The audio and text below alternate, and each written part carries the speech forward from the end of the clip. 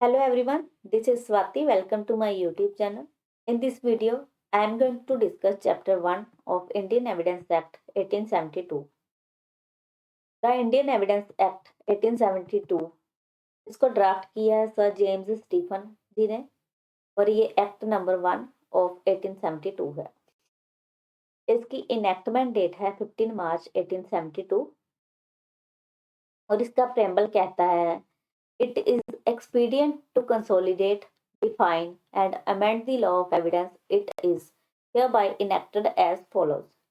जो law of evidence है मतलब जो साक्ष्य से संबंधित जो विधि है इसको कंसोलिडेट करने के लिए, डिफाइन करने के लिए और अमेंड करने के लिए ये इंडियन एविडेंस एक्ट बनाया गया है।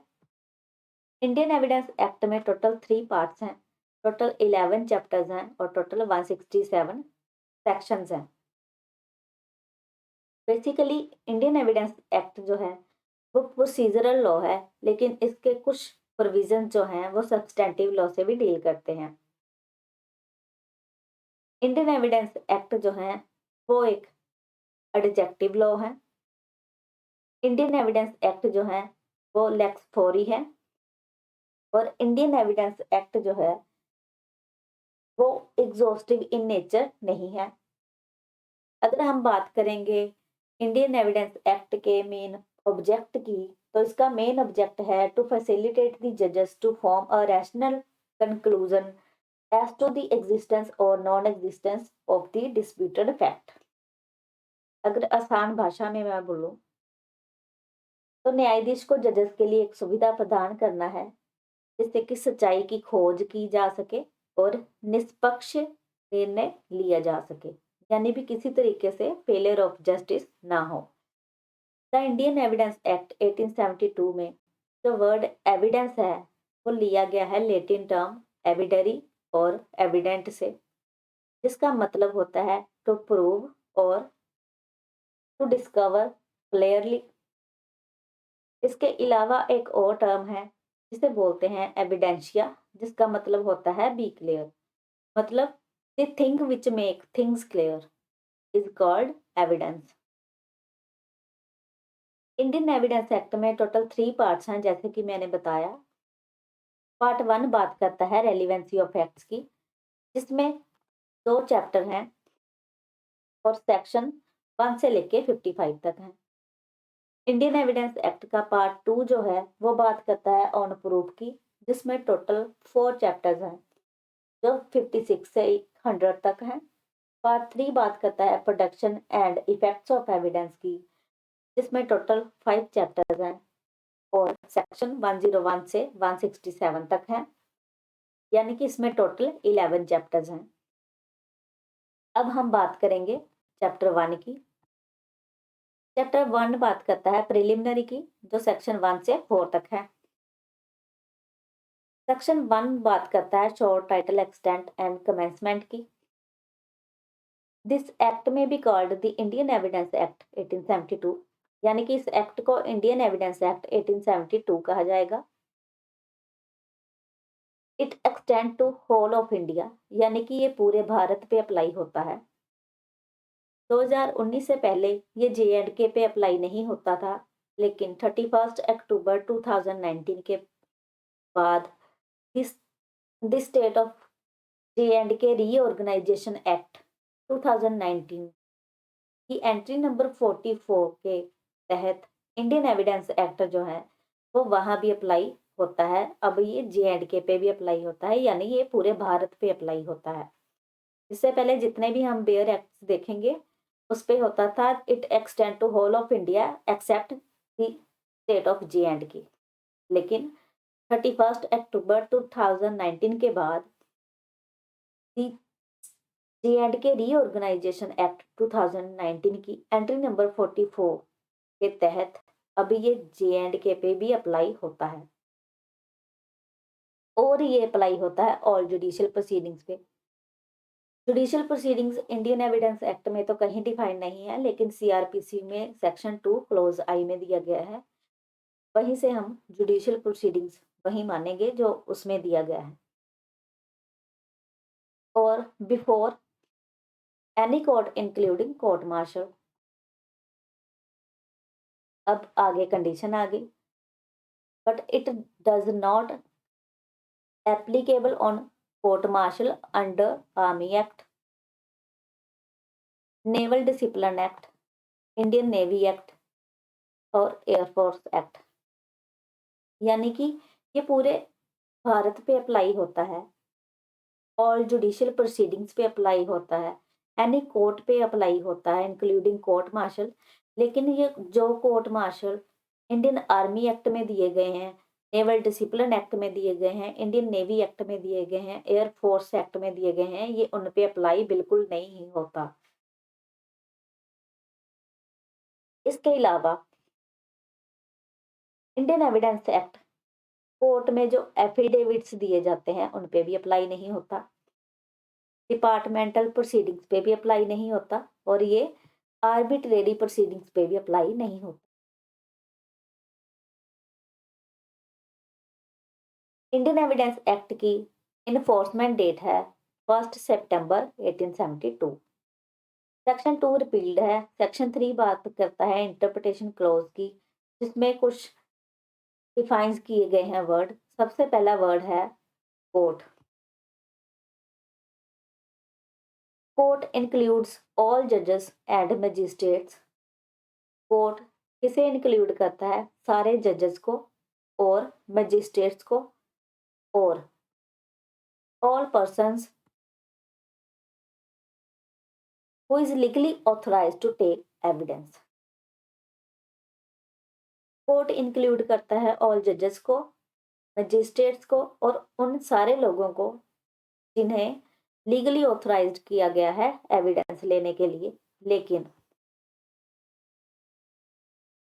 कोर्ट किसे इंक्लूड नहीं करता? आर्बिट्रेटर्स को इंक्लूड नहीं करता। नेक्स्ट है fact. Fact means and include. Facts का मतलब और ये क्या इंक्लूड करता है? क्लोज 1 कहता है एनीथिंग, यानी कि कोई भी चीज। स्टेट ऑफ थिंग यानी कि कोई भी अवस्था। रिलेशन ऑफ थिंग यानी कि उसका संबंध। Capable of being perceived bye senses, जो कोई अपने सेंसेस से हम महसूस कर सकते हैं, वो सब एक फैक्ट है। लाइक मेरे हाथ में पेन है, मैं बोल रही हूँ, मैं देख रही हूँ, मैं परसीव्ड कर रही हूँ अपनी सेंसर से, ये सारे एक फैक्ट हैं। क्लोज टू इसकी बात करता है any mental condition of which any person is conscious. ये बात करता है साइकोलॉजिकल फैक्ट की। लाइक मैं बहुत गुस्सा हूँ, मैं दुखी हूँ, मैं खुश हूँ, मेरी कोई डिजायर है, मेरी कोई इंटेंशन है, ये सारे साइकोलॉजिकल फैक्ट में आते हैं। इसकी इलस्ट्रेशंस देखते हैं। That there are certain objects arranged in certain order in a certain place is a fact. कोई सर्टेन ऑब्जेक्ट है जो अरेंज्ड किया गया है सर्टेन ऑर्डर में सर्टेन प्लेस पे, वो भी एक फैक्ट है। दैट अ मैन हर्ड और सा समथिंग इज अ फैक्ट। कोई इंसान कुछ सुन रहा है, कुछ देख रहा है, वो भी एक फैक्ट है। That a man said certain words is a fact. कोई इंसान कुछ बोलता है, वो भी एक फैक्ट है। That a man holds a opinion, certain opinion, has a certain intention, acts in good faith, fraudulently uses a particular word in a particular sense, or is or was at specified time conscious of a particular sensation is a fact। यानी कि कोई भी इंसान कोई opinion रखता है, कोई intention रखता है, कुछ एक्ट करता है, चाहे वो गुड फेथ में हो, चाहे वो फ्रॉडुलेंटली हो, कुछ यूज करता है पर्टिकुलर वर्ड पर्टिकुलर सेंस में, जो कि एक पर्टिकुलर टाइम पे था या पर्टिकुलर सेंसेशन में था, वो सब एक फैक्ट है। क्लोजली बात करता है that a man has a certain reputation is a fact. यानी कि किसी इंसान की कोई रेपुटेशन है, वो भी एक फैक्ट है। रेलिवेंट। नेक्स्ट वर्ड है relevant. Fact 1 one fact is set to be relevant to another. एक फैक्ट को तब रेलिवेंट कहा जाएगा किसी दूसरे से जब one is connected with other in any of the way refer to the provisions of this act relating to the relevancy of facts। जब एक फैक्ट दूसरे फैक्ट से इस तरह क्लोजली कनेक्ट होता है जैसे कि रेलिवेंसी वाले प्रोविजन में बताया गया है जो सेक्शन 6 से लेके 55 तक है, उसको हम रेलिवेंट बोलेंगे। Fact in issue. Fact in issue means and includes any fact from which either by itself कोई fact जो खुद से और in connection with other facts या किसी और फैक्ट्स के साथ कनेक्ट होने के बाद किसी राइट्स की एग्जिस्टेंस और नॉन एग्जिस्टेंस नेचर और extent of any right, liability or disability asserted or denied in any suit or proceeding necessarily follows। यानी कि कोई एक फैक्ट जो खुद से या फिर किसी और फैक्ट्स के साथ कनेक्ट होने के बाद किसी राइट, लाइबिलिटी और डिसेबिलिटी के साथ एग्जिस्टेंस को या फिर नॉन एग्जिस्टेंस को, नेचर यानी प्रकृति और एक्सटेंट यानी विस्तार को एग्जर्ट कर रहा हो या फिर डिनाई कर रहा हो किसी भी सूट में या प्रोसीडिंग में, उसे फैक्ट इन इशू बोलते हैं। जैसे क्रिमिनल केसेस में होता है जो एलिगेशंस लगाए जाते हैं that constitutes the fact in issue, और सिविल केसेस में जो process of ascertaining is fact in issue. जैसे जैसे क्या एग्जांपल है, जैसे ऑर्डर नंबर 14 रूल नंबर 1 से 7 तक जो दिए गए हैं सीपीसी में, वो सारे फैक्ट इन इशू हैं जिसको फ्रेमिंग ऑफ इशू भी कहते हैं हम। इसकी एक्सप्लेनेशन देखते हैं। whenever under the provision of law for the time being in force relating to the civil procedure any court record an issue of fact, the fact to be asserted or denied in the answer of such issue is a fact in issue। जो अभी मैंने discuss किया है वही, जहाँ court कोई issue of fact को record कर रही है, जहाँ एक पार्टी तो कुछ एजर्ट कर रही है और दूसरी पार्टी जो है वो कुछ डिनाइड कर रही है आंसर में उसी चीज को, वहां बन जाते हैं फैक्ट इन इशू। इनको फैक्ट इन इशू कहा जाता है। अगर हम इसकी इलस्ट्रेशंस देखेंगे, A is accused of murder of B, यानी कि ए जो है वो बी के मर्डर का अपराधी है। At his trial he following facts में बी इन इशू, उसके ट्रायल के दौरान कुछ फैक्ट्स हैं जो कि इशू बन गए हैं, जैसे कि ए कोज्ड बीज डेथ, यानी कि ए ने बी को मारा। दैट ए इंटेंडेड टू कोज बीज डेथ, यानी कि ए की इंटेंशन थी बी को मारने की। That A had received grave and sudden provocation from B, यानी कि ए को बी से ग्रेव एंड सडन प्रोवोकेशन मिली थी। That A at the time of that act which caused B's death was by reason of unsoundness of mind, incapable of knowing its nature, यानी कि जब ए ने बी की death कोज की, यानी कि at the time of doing that act, A जो था वो अनसाउंडनेस ऑफ माइंड से उस एक्ट के नेचर को समझ नहीं पाया। ये भी एक फैक्ट इन इशू है। नेक्स्ट है डॉक्यूमेंट।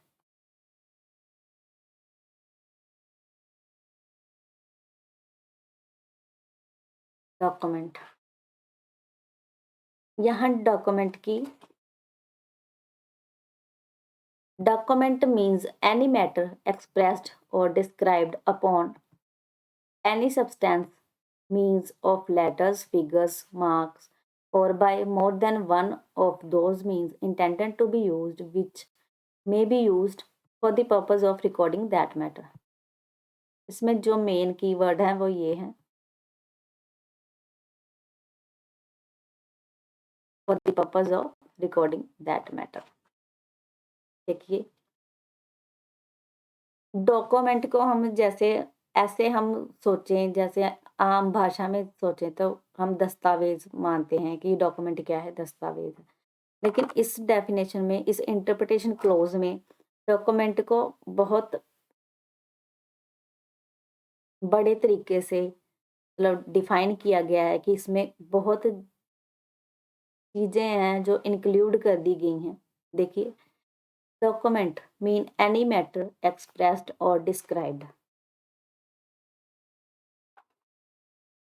कोई भी बात, कोई भी मैटर जो कि एक्सप्रेस्ड है या डिस्क्राइब्ड है किसी भी सब्सटेंस पे, यानी कि चाहे वो पत्थर हो, कोई कागज हो, कोई फिगर हो, कोई मार्क हो, या मतलब किसी भी तरीके से, या तो वो एक्सप्रेस्ड है या डिस्क्राइब की गई है, या फिर इन सभी के द्वारा किसी इंटेंशन से, ताकि वो यूज की जा सके, और विच में be used for the purpose of recording of that matter. यानी कि कोई भी बात जो किसी भी सब्सटेंस, चाहे वो लकड़ी, कागज, पत्थर, कोई भी बात जो एक्सप्रेस या डिस्क्राइब की गई है, चाहे वो लेटर, फिगर, मार्क्स हो, या फिर इन सभी के द्वारा हो, और उसका मेन इंटेंशन है, इसी से यही इंटेंशन है कि उसका यूज जो है वो purpose of recording that matter हो, वो सब क्या है, डॉक्यूमेंट है। इलस्ट्रेशंस देखिए, a writing is a document, words printed, lithographed or photographed are documents. A map, a map or plan is a document. An inscription on metal plate or stone is a document. A caricature is a document. Caricatures होते हैं, cartoons वगैरह जो होते हैं, वो भी एक document है। अगर कोई मतलब आर्टिस्ट है, कोई कहानी व्यक्त कर रहा है या कार्टून है कुछ, उनको भी हम डॉक्यूमेंट मानेंगे। मैं इसकी एक एग्जांपल लेती हूँ। एग्जांपल जैसे हम मूवीज देखते हैं, सपोज किसी इंसान का मर्डर हो गया है और उसने मरते मरते अपने ब्लड से दीवार पे, साथ वाली दीवार पे कुछ लिख दिया है, अगर, और उसने इसी इंटेंशन से लिखा है कि इसको कल को रिकॉर्ड किया जाएगा और एज ए एविडेंस यूज किया जाएगा, तो वो क्या बन जाता है, डॉक्यूमेंट बन जाता है। नेक्स्ट है एविडेंस।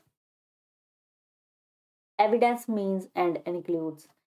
वैसे तो ये एविडेंस वर्ड जो है वो लिया गया है लेटिन टर्म एविडेंट और एविडरी से, जिसका मतलब है टू प्रूव और टू डिस्कवर क्लियरली। इसके अलावा मैंने एक और टर्म बताई है जो जिसे कहते हैं एविडेंशिया, जिसका मतलब होता है बी क्लियर, मतलब the thing which make things clear. वो सब क्या है, evidence.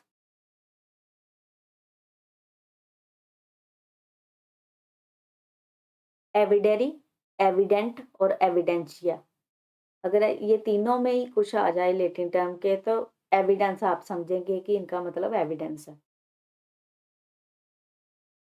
All statements which the court permits or requires to be made before it by witnesses in relation to matter of fact under inquiry, such statements are called oral evidence.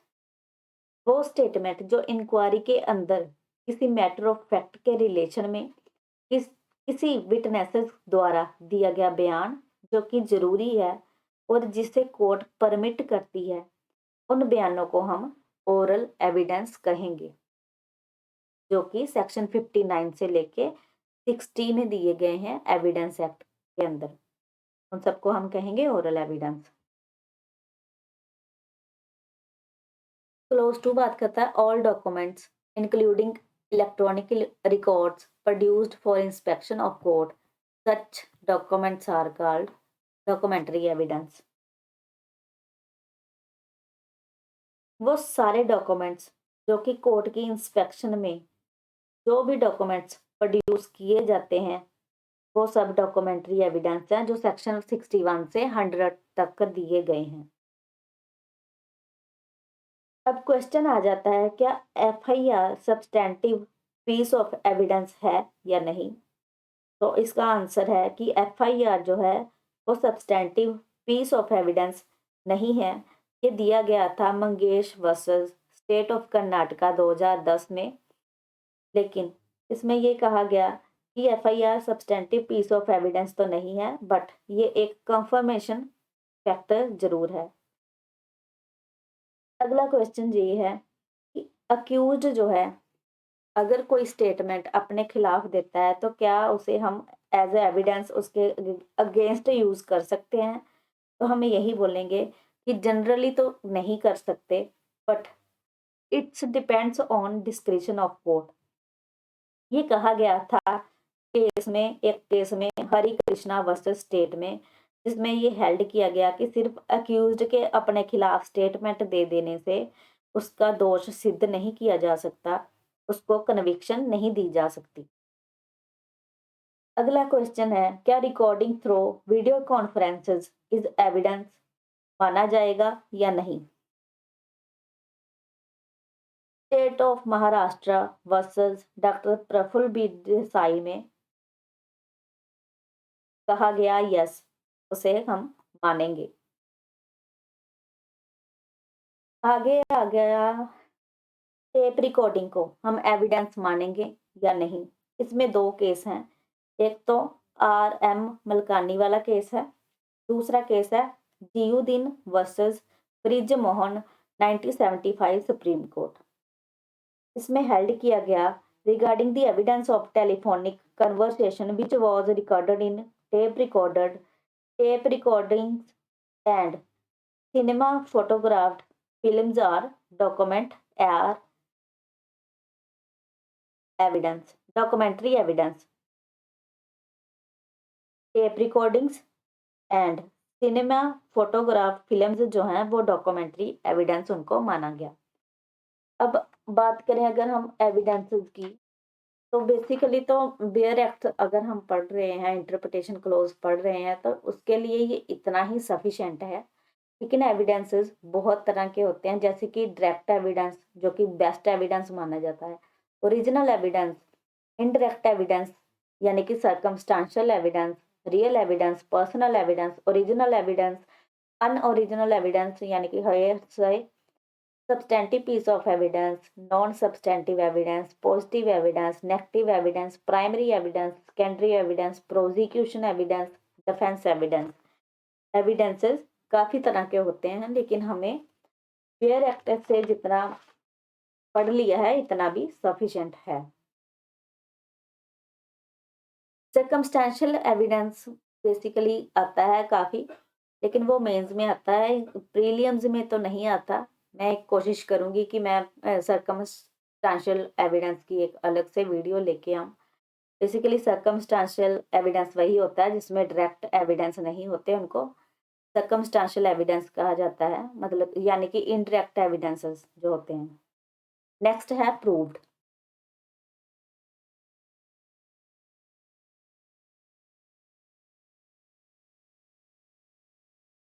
A fact is said to be proved when, after considering the matter before it, the court either believes it to exist or consider its existence so probable that prudent man or circumstances of particular case to act upon the supposition that it exists।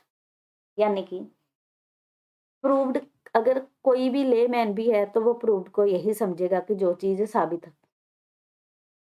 साबित proved को देख के साबित मानेगा।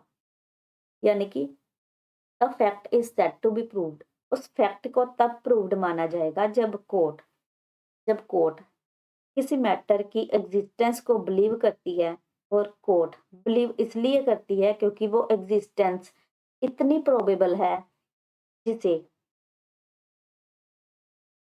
एक prudent man भी उसकी existence के बारे में बता सकता है कि वो हाँ एग्जिस्टेंस करती है।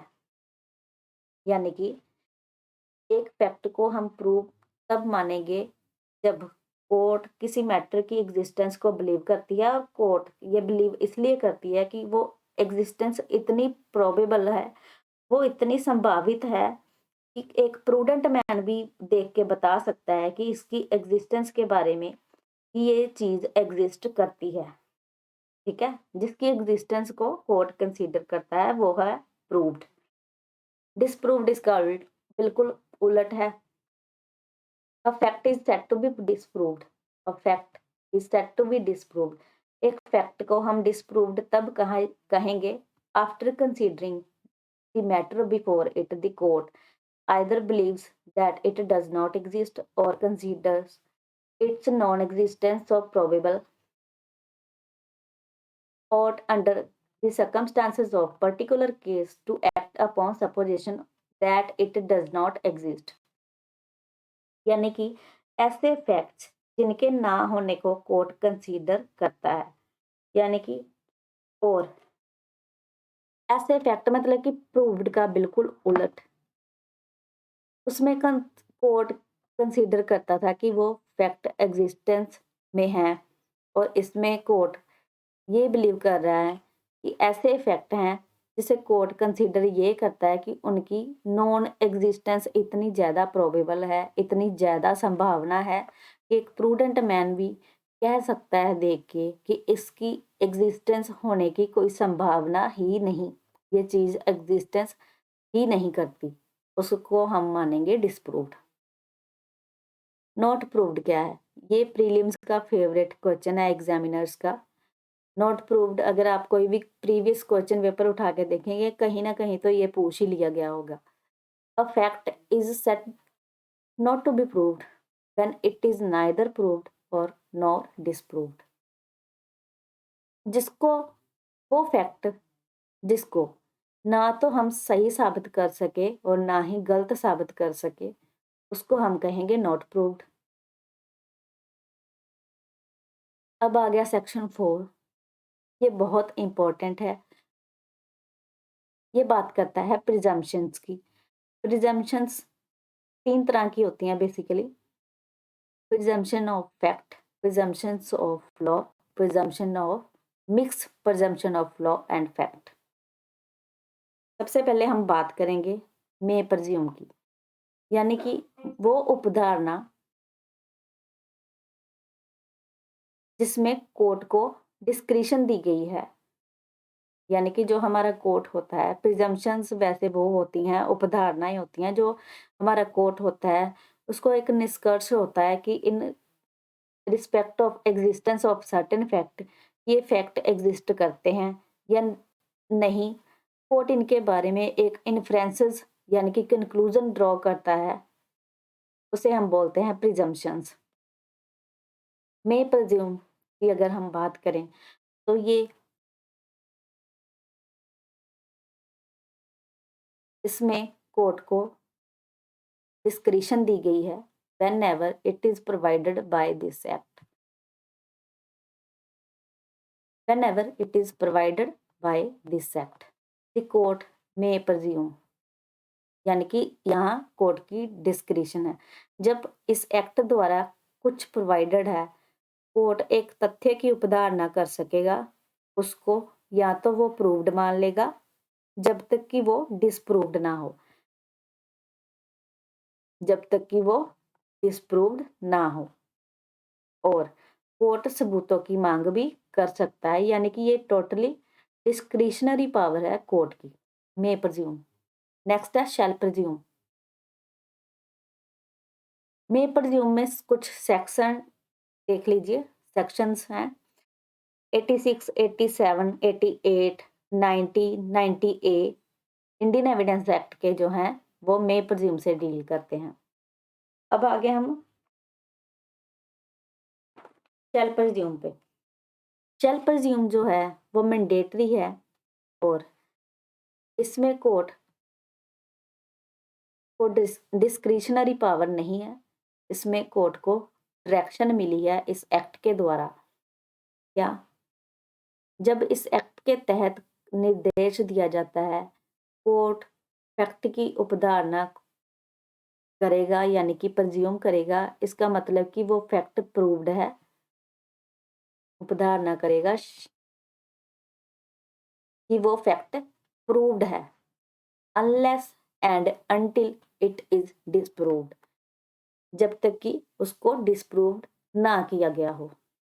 इसके सेक्शन है शैल प्रज्यूम में, एक तो ये मैंडेटरी है, डायरेक्शन मिली है कोर्ट को, दूसरा ये रिबर्टेबल प्रिजम्पशन है, यानी कि हम इसको डिस्प्रूव्ड कर सकते हैं। इसके सेक्शन है 79, 80, 80A, 81, 82, 83, 85, 89, ये सब सेक्शन जो हैं वो शैल प्रज्यूम से डील करते हैं। आगे है कंक्लूसिव प्रूफ। कंक्लूसिव प्रूफ होता है निर्णायक सबूत, when fact is declared by this act. देखिए, सबसे पहला जो था मे प्रज्यूम में था,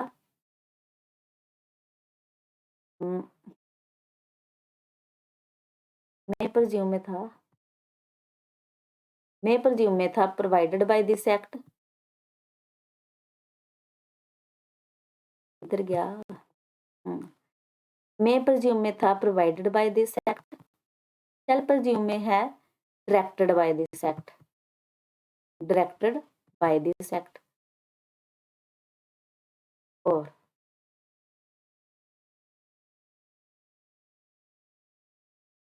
कंक्लूसिव प्रूफ में है डिक्लेयर्ड बाय दिस एक्ट। देखिए, मे प्रज्यूम में provided by this act, shall में डायरेक्टेड बाय दिस एक्ट, और मैंडेटरी है और रिबर्टेबल प्रिजम्पशन है, और कंक्लूसिव में डिक्लेयर्ड बाय दिस एक्ट है और इरिबर्टेबल प्रिजम्पशन है। यानी कि जब एक फैक्ट इस एक्ट द्वारा डिक्लेयर किया जाता है कि वो कंक्लूसिव प्रूफ है, तो दूसरे के लिए, यानी एक फैक्ट के प्रूफ हो जाने पर कोर्ट ये रिगार्ड करेगी कि अदर फैक्ट, यानी कि अदर फैक्ट जो है वो भी प्रूव्ड हैं, और shall not allow evidences to given for the purpose of disproving it। इसका बहुत अच्छा अगर एग्जाम्पल मैं लूँ तो आईपीसी में सेक्शन 82 है, जहाँ बोला गया है nothing is an offence which is done by a child under 7 year old, डोली इनकपैक्स की बात जो करता है, यानी कि अगर 7 साल तक के बच्चे को ये डिक्लेयर किया जाता है कि अगर कोई ऑफेंस हो भी गया है उससे, तो उसको ऑफेंस नहीं मानेंगे, तो अब उसको डिस्प्रूव्ड करने के लिए कोर्ट एविडेंसेस को अलो नहीं करेगा, यानी कि इस फैक्ट को डिस्प्रूव करने के लिए कोर्ट एविडेंसेस अलो नहीं करेगा। तो it's all about section 1 to 4 of chapter 1। आपको अगर ये वीडियो कैसा लगा, और अच्छा लगा या बुरा लगा, कैसा भी लगा हो, प्लीज़ कमेंट करके बताइएगा। अगर कोई कमी लगी हो तो भी बताइएगा। अगर अच्छा लगा हो तो इसको लाइक एंड शेयर किए कर दीजिएगा, जिससे कि मैं और वीडियोस लाती रहूं, इंफॉर्मेटिव वीडियोस लाती रहूं। और अगर कोई कमी लगी हो तो वो भी कमेंट करके बताइएगा, जिससे कि मैं अपने आप को इम्प्रूव कर सकूं। Thank you for watching. Thank you.